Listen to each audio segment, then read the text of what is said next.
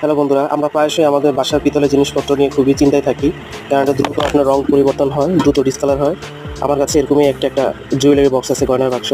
আমি দেখাবো আপনাদেরকে কীভাবে খুবই স্বল্প সময়ের ভিতরে আপনারা এটা পরিষ্কার করবেন এবং এটা আগের নতুনের মতন একদম গোল্ডের মতো চকচক করবে।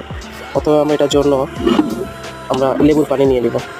এই যে আমার এখানে দেখতে পাচ্ছেন, আমি নিচে লেবুর পানি রেখেছি। আমি লেবুর পানিতে এটা আপাতত ভিজিয়ে রাখতেছি। এইভাবে আমরা 10 মিনিট পানিতে ভিজিয়ে রাখবো। 10 মিনিট পরে জিনিসটা যখন আমরা উঠাবো, তখন এটাকে লোহার জালি অথবা লোহার ব্রাশ দিয়ে এটাকে আপনার শরীরের শক্তি অনুযায়ী আপনাকে ঘষবেন। যত ঘষবেন তত এটা থেকে ময়লা উঠবে। আমি দেখতে পাচ্ছেন আমি এটাকে ঘষতেছি।